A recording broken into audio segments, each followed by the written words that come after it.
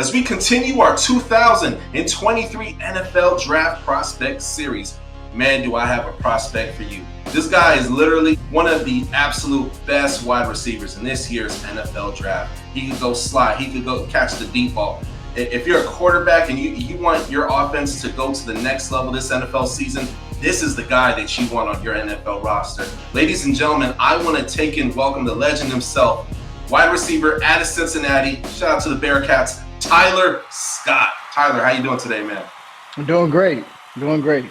Yes, sir, man. Super glad to have you on the show. We had your teammate on the other day, Trey Tucker. Super great guy, man. So it's going to be cool to have you on and, yeah, man, just to get to share your story with the world, man. Yeah, man. Sounds good.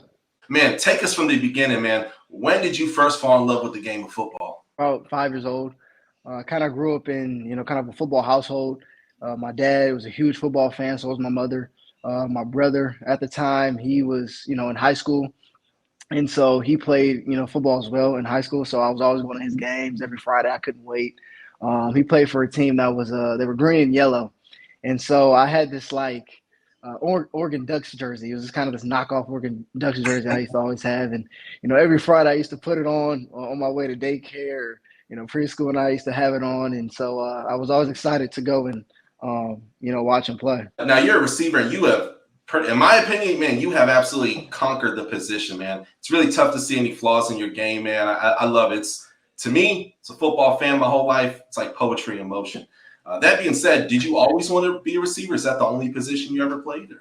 No. So growing up, I running back was where my heart was. I had been running back from age 8 all the way to my senior year in high school. I didn't actually start playing receiver until I got to Cincinnati my freshman year. Running back was the position that I fell in love with. I love watching, old school clips of guys like, Gale Sayers, Walter Payton, O.J. Simpson, Eric Dickerson, Tony Dorsett, even Earl Campbell. Not my running style, but I just love watching, some of those old school guys. I love watching the new school guys. Adrian Peterson was probably, my favorite really growing up, and Reggie Bush as well. Got a huge fat head of him in my room. So, I was a running back guy. That running back was where my heart was. I can see that you have that in you, man, for real, man. That's good stuff, man. Now, you're from Ohio originally, man. What was it like growing up playing football in Ohio? Yeah, so, growing up in Ohio, first and foremost, if you love football, you want to play for Ohio State. Mm-hmm. That's kind of the, that's kind of the mecca, so to speak, of, football in Ohio. Like, you grow up and you love football, everyone thinks they're going to play, for Ohio State. So football is huge. You got the Cleveland Browns, you got the Cincinnati Bengals, obviously Ohio State Buckeyes. You got a lot of Division I football teams, scattered all throughout the state. So football in Ohio is serious. And so, you got tough players up there. It's always cold. Especially during our football season, we don't get to have, 80-degree weather. Like we don't have spring ball or anything like that, like some of these other states. So we got 10 games to do what we need to do. So, but no, I love it here. Or I love it in Ohio. That's awesome, man. That is awesome. Yeah, I know I did high school football in 2 different climates, man. So one hot, one cold. And when you hit that ground, and if you don't have turf, it literally feels like concrete. It feels like ice. You get the icicles. It doesn't feel good at all. Yeah, character building for sure. It is definitely is. Very cool. Now, man, you are part of the University of Cincinnati Bearcats, man, and it's so cool. I was talking with Trey last week, man, and how cool of it, man. Like we're used to seeing like the Alabamas of the world; they're always there. Ohio State, Michigan, but man. Have you guys arrived? And you even had a good season this year as well, too. So that's pretty dope. Mm-hmm. What ultimately led you to the University of Cincinnati? Yeah, so, crazy thing is, the whole process was kind of crazy for me because my sophomore year, really my first 2 years, I didn't really play much in high school. And so, my junior year came, we had a coaching change. And so we got this guy, he was really young. He was 25 at the time when he got the job. 25 years old head coach when he got the job. And so really young guy, came in, wasn't sure, how everything would go. I ended up sticking around, staying at my, the high school I was at. And I had a great year. And, by the end of the year, I was like, man, I hadn't heard from anyone, no team that hit me up or anything like that. And so I remember going to his office, a few months after the season. I was like, hey, listen, I would love to go play at the next level and play football. Like that's kind of what I want to do. I know I had a great year. My numbers look good. Like I know for a fact my film looks great. So like I would love to play somewhere, but no one took me up. And so at the time, my coach was pretty open and honest with me and said, "Listen, like I'm young in this game, and so I honestly don't know where to go. Like I understand I got something on my hands, but I honestly just don't know where, what buttons to push or who to talk to." And so I kind of took matters into my own hands at that point. I was like, okay. And so what I did was I ended up going on Huddle at the time and created my own highlight film. And then on top of that, I figured out, okay, so once I create it, I'm going to email it to, a coach. But then I had to figure out, which coach do I email it to? Because I'm like, I'm not going to email it to the head coach because the chance of him seeing that is, slim. So I did some research online and I was like, okay, looking online, and I found they had people at these colleges called player of personnel for high school relations. And so I was like, okay, sounds like, their job is to, kind of talk to the high school athletes, communicate there. And so all my thing was I just need to get in the door. I just needed somebody to get, their eyes on my film. And then, I felt like, it would spread. So, I ended up doing that, and I ended up emailing about 10 to 15 Division I schools, were pretty good. And I put together my own email, just said, hey, my name's Tyler Scott. I'm a current junior at Norton High School, and I would love if you could check out my film. Hope to hear back. Thanks. And so within, 2 hours, and even the time after, only one school responded. Wow. One school responded, and that was Rutgers University. And at the time, the guy, he emailed me back. He said, my guy. He said, shoot me a text. And I remember it was Omar Hales at the time. So Nice. much love to him. Much love to him. So he's like, my guy, shoot me a text. And so I ended up texting him, and he was like, hey, man, you got any offers? I was like, not one. He was like, word? He was like, well, I'm about to change that. And so literally the next day I'm in school, and I'm with my counselor trying to have her send my transcripts to Rutgers. And my high school coach walks in the room, and he goes, hey, Tyler, not sure how they got my number, but Rutgers University just called and said that they want to be your first offer and that they're going to be your first offer, and they want you on campus ASAP. What? Oh, I was like, at the time, I was like, well, what? And so, it kind of threw me off. I was like, I was just kind of in shock. I was like, wow, like it's actually happening. So they ended up being my first offer, and then it kind of trickled from there. And so then Cincinnati came into the picture. I guess they were at a school in my league, another school in my league.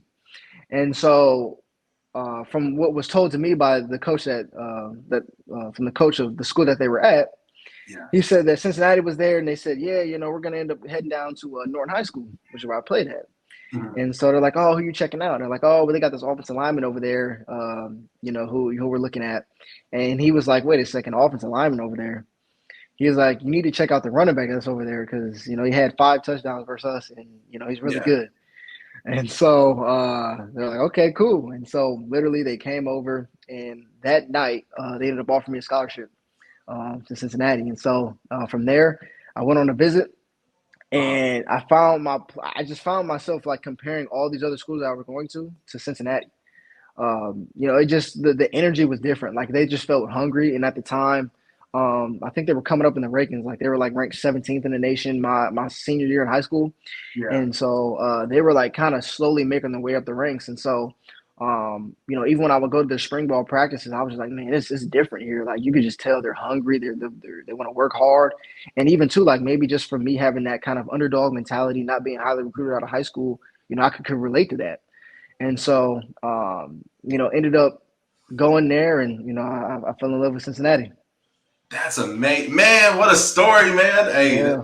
that's awesome, man. That's awesome. And, Yeah. and you hear about Cincinnati, man. I have family in Southern Ohio, actually. Okay, yeah.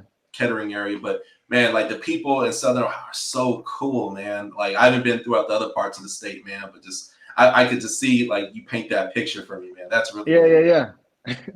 That's dope, man. Now, now it's like you made it, man. Like you're going to be in the NFL, man, and it's so exciting. I don't care if you end up on my favorite team or not. You have a fan in me for life, man. I love watching. Appreciate it.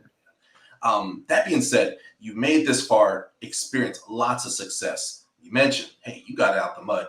What keeps you humble in life, and what keeps you still hungry and determined to take it up a notch again? Well, I think the first thing that you said there was humble, and that starts with my faith. And that's something my dad has kind of instilled in me since I was young. I remember a time where it was my first tackle football game, and I was like 8 years old at the time, played running back, and I had ended up scoring like 3 touchdowns versus team, went off and crazy. And so after the scrimmage, I had people coming up to me, all the parents were like, "Man, you did so good, good job, this, that, and third." And then I went to my dad. I was like, "Hey, Dad, did you see when I did this? Did you see when I did that? Did you see when I did this move and then that move? Did you see when?" And so, I was just really kind of bragging on myself at the time. And I remember my dad, he stopped me and he said, "Listen," he was like, "never toot your own horn." He was like, "Allow other people to do that." He's like, "Everyone has seen what you did." He said, "You don't need to tell people what you do." He said, "Allow other people to toot your own horn." And from there on, like my perspective on how I carried myself, in life and on the field just changed. And there's a verse that that I carry dear. I got one tattoo on my body and it's on my chest. It's over my heart. And it's something that he used to always tell me. It was about his scripture. It's Matthew 23:12, and it says, "For those who humble themselves will be exalted, and for those who exalt themselves will be humbled."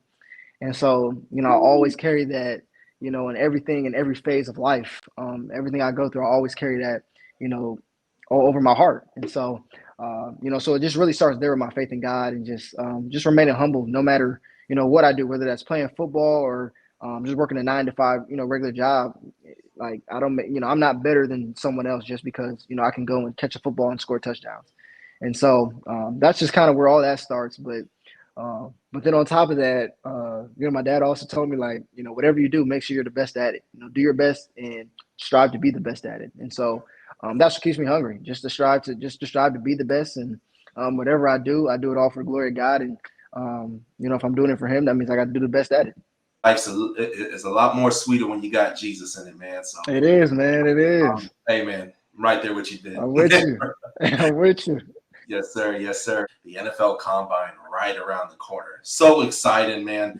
What are some things like what's your mindset going into the NFL Combine here in the next week or two? Yeah. So my thing is just to execute. Just execute. The plan that I have is just as far as performing well. Make sure I catch everything. Make sure I run fast. Just pretty much confirm everything that coaches see on film and then some. So just making sure I'm explosive, catch the ball, just execute the job, and the opportunity that I have at hand. You have any plans for the NFL draft come draft day? Honestly, I haven't thought about it. My biggest thing has just been the combine and making sure that I perform well, and then after that, talk to teams and get a feel for what's going on. Then I'm like, yeah, I'll kind of look at that, cross that bridge when I get there, so to speak. And when I watch your film, man, it's really, man, you are fast. You are fast. There's no like, I was watching one, the guy trying to grab you, and he just gave up, man. Like you're so fast. And that being said, who are some NFL receivers that perhaps maybe you model your game after?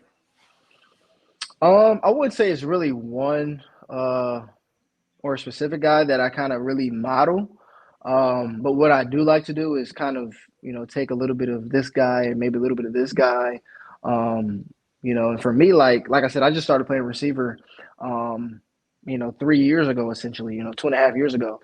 And so, like, for me, like I said, I grew up watching all the running backs. Like, I wasn't watching the receiver, I was watching all the running backs run. And so, just here recently, I've actually just started getting into watching the receivers and learning the position and continue to learn it, the ins and outs of it. But guys that I like to watch, Terry McLaurin out of Ohio State. I think he's just a dog. I think he's just kind of underrated because he's doesn't have that quarterback. But I think he's just a dog and he's a leader too. Love him. I love Amari Cooper. Just so sudden, so quick.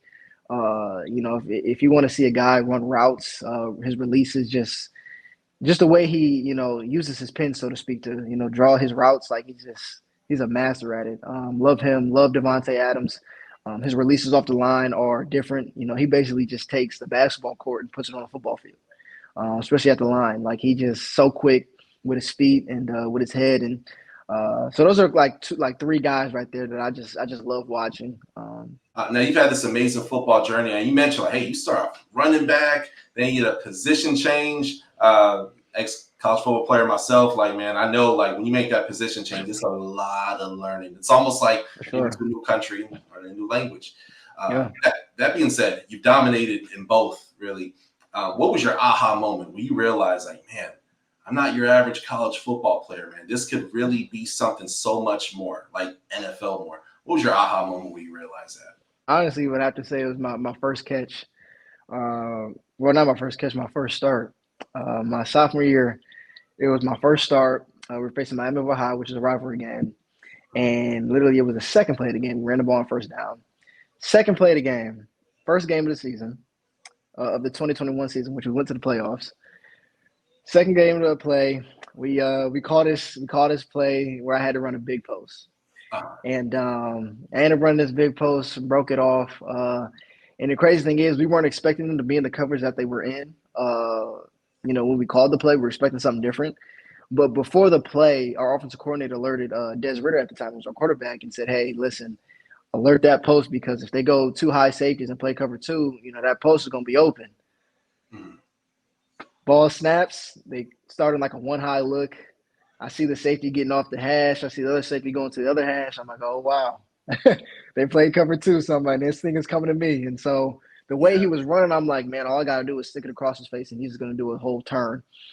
Mm-hmm. So I ended up sticking it clean.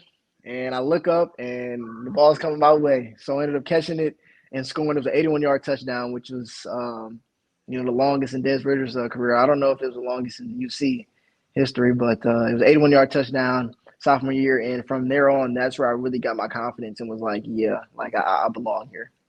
Man, that is cool. That is so cool, man. Yeah. Yeah, if I'm a defensive back, I'm like, oh man, it's Tyler Scott, man. It's a long day. That's cool, man. And talk to me a little bit about the brotherhood over at UC, man. I mean, everybody there seems so really close knit there.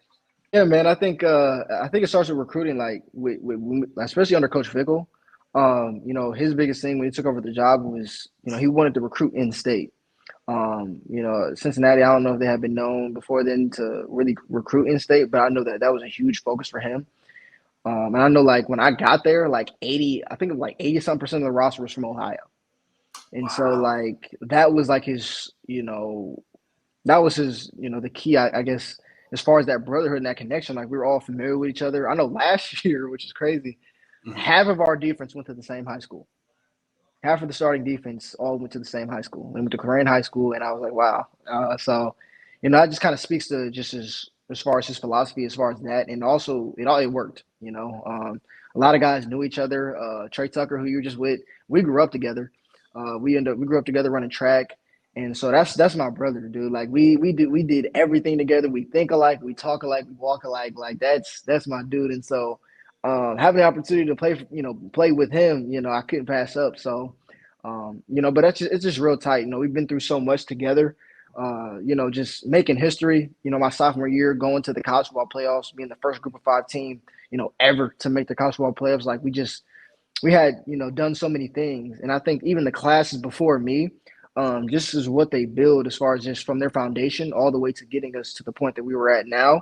Yeah. I mean, when Fickle took over his first year, they went like I want to say like 4-8, like they weren't very good. And so that same class, which was his first class, built that thing. And by year 5, year 4, year 5, I mean, we're in the playoffs. Like, so it was just so many things and, so many different pieces being added in. Like I was added in late there to be a part of that. So like, it was just such a big working body, to get to a certain point. And, we just all kind of cherish those moments together. Once draft day happens, wherever you fly in the country or drive to for that matter, you're selected by an NFL team. What are some of your goals your rookie year in the NFL? So just make an impact, really. I would love to start my first year and just be an impact, an asset, somebody that, can be a reliable target for the quarterback. I also played a lot of special teams, at Cincinnati as well. Like we had one of the top 5 punt teams the last 2 years. And so, even when teams, start talking to me even more, like I always try to mention, like I also play special teams. So I have value there. I played special teams and I played a lot of different units. So, for me, it's just making an impact, wherever I can. So, the team can, have an opportunity to win a championship. And NFL teams, they do an abundance of research on people. They from calling next door neighbors, to calling teachers, asking parents questions. I mean, they literally want to know pretty much all there is to know about a player. But for any NFL teams or scouts, for that matter, who come across this video, what's something you want them to know about you that perhaps they may not know already? I think the biggest thing is just how humble I am and just the way I carry myself. I'm not a person that's, looking for all the praise and looking for all the accolades and things of that nature. I've never been that type of person. Like I kind of, mentioned before earlier, like, just because I go and catch touchdowns, that doesn't make me better than someone who's, at the University of Cincinnati trying to get the degree. And so for me, that's just kind of been my mindset. I'll also remain humble in everything that I do. And in that just drives me to work harder, and so, I never get too high, I never get too low. And so for me, I just hope teams know that. And the crazy thing is, a lot of people can mistake being humble for also being passive. And, I've dealt with that a couple of times, especially through my journey, where I've came across different coaches and people of that nature that haven't been able to kind of connect with me, possibly just because of just the kind of way I carry myself. And they kind of mistake it as just being kind of passive or, whatever. But, for me, you turn on the football tape, it's like, yeah, that's not me. You know what I'm saying? That's not my, I guess, characteristics of, what you may think that is. So, for me, like I said, just always remaining humble and just always grateful for each opportunity that I get. And so because of that, I'm always continue to work hard, and someone who can be reliable and not gonna have to worry about off the field issues with me. I'm really, really laid back guy. Of my friend group in college, I was really the kind of the old head, so to speak. That was kind of my nickname, old head, because I didn't really do too much. I didn't really go out. I was the guy that you were calling at 2 a.m. to come pick you up if somebody's plastered type of guy. So, so that was just kind of me, but, That's awesome, man. That's awesome, man. That's honestly, man, like, I don't know what NFL team would not want a guy like you on it, man. Even if they're stacked with receivers already, man. You have so much to bring, but even all, like, what we see on film, it's so cool to get to know literally the man underneath the helmet, man. It's like one of the most humblest, nicest, godly dudes that you'll ever meet. That's super cool, man. So, man, well, Tyler, thank you so much for taking and coming on the show here today, man. I really appreciate it, man. Man, I appreciate you, man. I appreciate it. Yes, sir. Absolutely, man. And ladies and gentlemen, everyone watching this video, I'm going to have all the links to his social media stuff down below.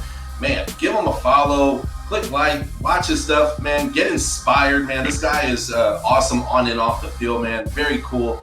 Tyler, real quickly, man, any shout outs before we I want to shout out my parents. I always shout out my parents. They've been with me since day one.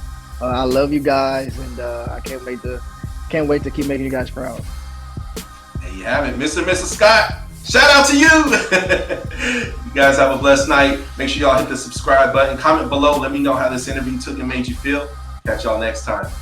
Thanks for watching another episode of the Touchdown with Doug Smith, where I cover all 32 NFL teams plus NFL exclusive interviews. Hit that subscribe button. Hit the bell for the alerts. Comment below, and we'll catch you next time on the Touchdown with Doug Smith.